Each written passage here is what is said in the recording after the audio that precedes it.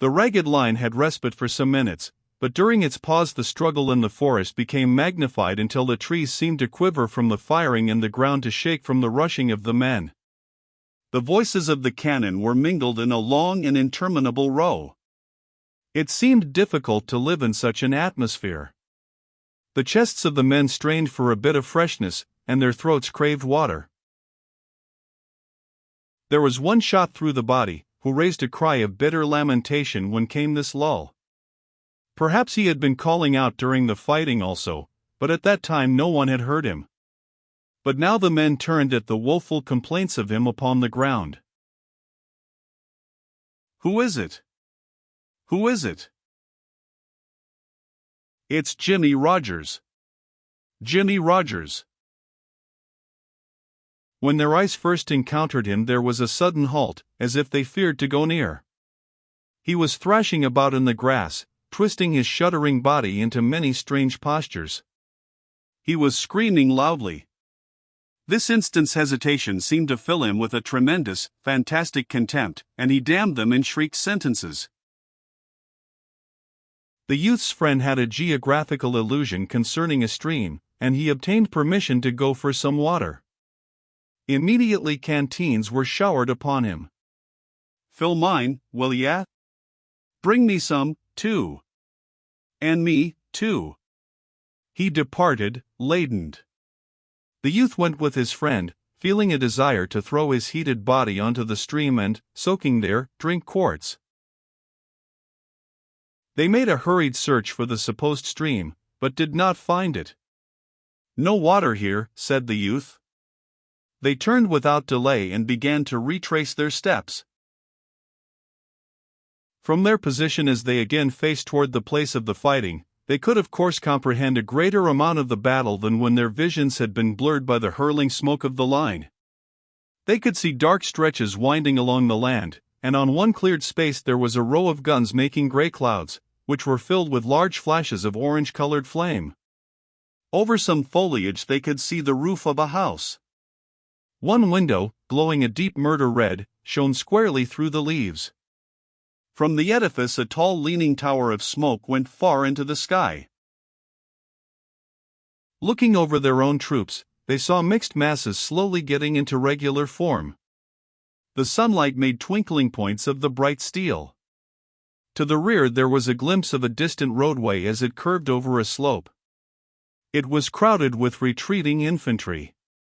From all the interwoven forest arose the smoke and bluster of the battle. The air was always occupied by a blaring. Near where they stood shells were flip-flapping and hooting. Occasional bullets buzzed in the air and spanged into tree trunks. Wounded men and other stragglers were slinking through the woods. Looking down an aisle of the grove, the youth and his companion saw a jangling general and his staff almost ride upon a wounded man, who was crawling on his hands and knees. The general reined strongly at his charger's opened and foamy mouth and guided it with dexterous horsemanship past the man. The latter scrambled in wild and torturing haste. His strength evidently failed him as he reached a place of safety. One of his arms suddenly weakened, and he fell, sliding over upon his back. He lay stretched out, breathing gently. A moment later the small, creaking cavalcade was directly in front of the two soldiers.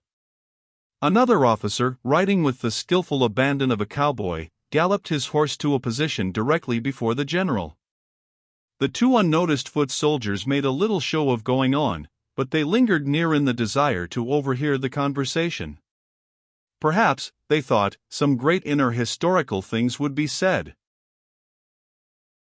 The general, whom the boys knew as the commander of their division, looked at the other officer and spoke coolly, as if he were criticizing his clothes. "Enemies for men over there for another charge," he said. "It'll be directed against Whiterside, and I fear they'll break through there unless we work like thunder to stop them."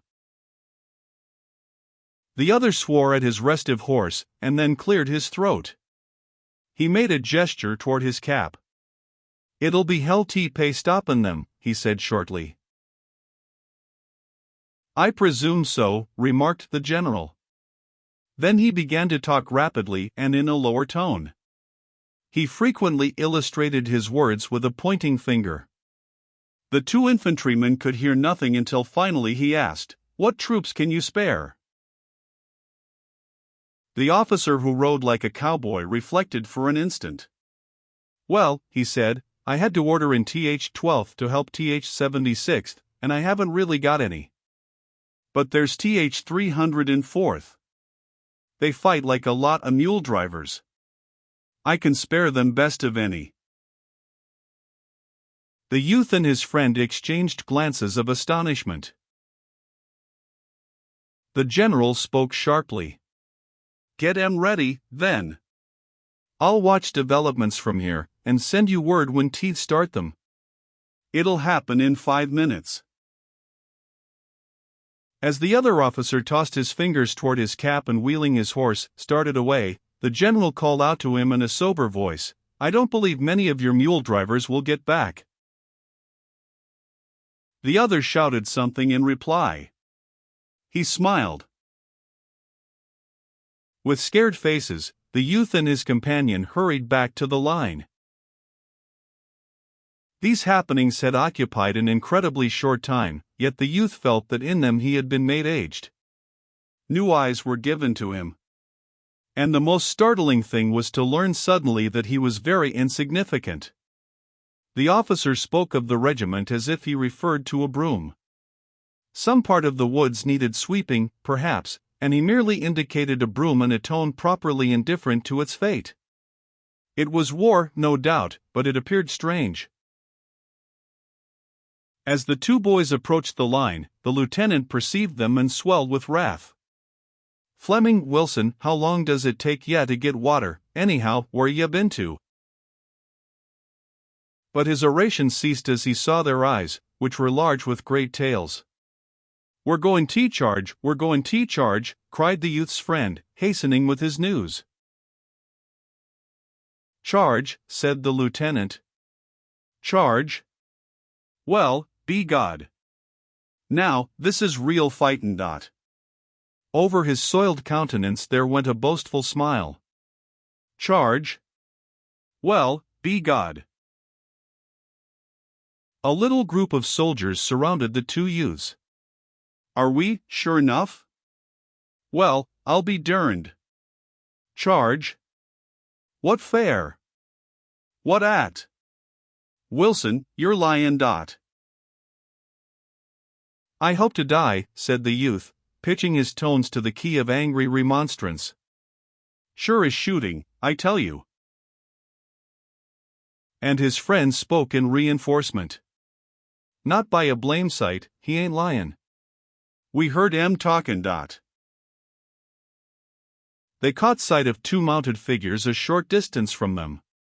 One was the colonel of the regiment and the other was the officer who had received orders from the commander of the division. They were gesticulating at each other. The soldier, pointing at them, interpreted the scene. One man had a final objection: "How could ye hear 'em talkin'?"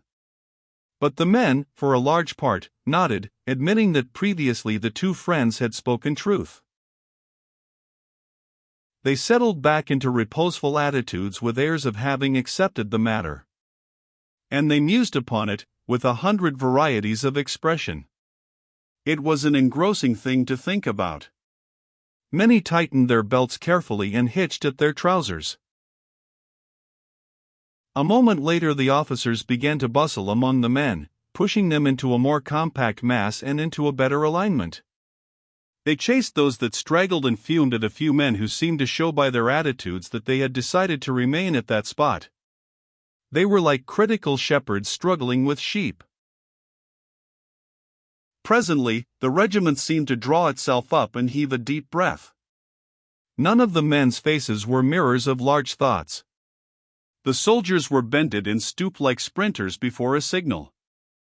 Many pairs of glinting eyes peered from the grimy faces toward the curtains of the deeper woods. They seemed to be engaged in deep calculations of time and distance. They were surrounded by the noises of the monstrous altercation between the two armies. The world was fully interested in other matters.